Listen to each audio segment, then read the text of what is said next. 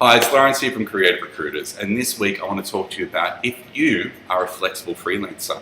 And what I mean by that is simply this. You know what, we all have responsibilities outside of our work life.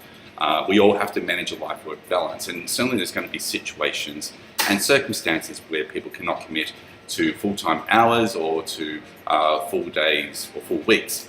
However, there's also a responsibility of the freelancer to be able to step into any environment that they've been asked to go into and to be solution focused and to be able to add and provide value to that environment instead of creating more stress and more difficulty.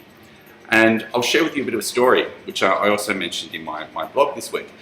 Many years ago when I first started recruiting, I used to work with this fantastic lady. She actually was a very good designer. I have to start off by saying that. But she could be very difficult, and she would phone off and either complain about not having work, but then would phone and say, I have a job for you. What's it doing? It's doing finished art. And then she'd complain. She'd say, I really want to do design, don't know if I want to do that. Then I'd get a design job in on the phone, I'd say, I've got design work for you. And she'd say, what kind of environment? And I'd say, it's in advertising. I don't really want to do advertising, I want to do design. And then on the third time around, I phoned her and I said, I've got design work for you in a design studio. And her response was, what area is it in? And I said, it's in Richmond. She went, I don't really want to go to that part of town. And at that point I started laughing.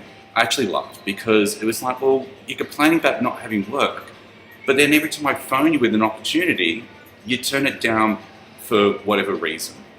And you know, it's absolutely fine if you want to turn down work because you don't feel it reflects who you are or what skills that you have, but then you can't also complain about not having enough work either. And I honestly believe that if you haven't got that flexibility to do whatever kind of work comes your way, perhaps you're not meant to be a freelancer. Perhaps you're meant to actually find a permanent opportunity and to settle down in that and develop your skills in that. And for the record, I convinced her to go to that job and she ended up going permanent in that role. So the fact is that by saying no to things, sometimes you're getting in your own way of opportunities that may actually exist out there. That's just a thought to think about.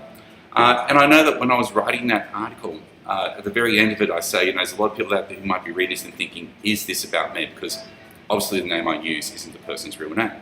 And that's a very valid question. If you can see similarities between the person in that article and yourself, perhaps need to consider what it is that you can do that can be a little bit more solution focused, because I know for a fact that there are clients out there that have said no to people or ended assignments early because they felt that that freelancer wasn't flexible enough for them.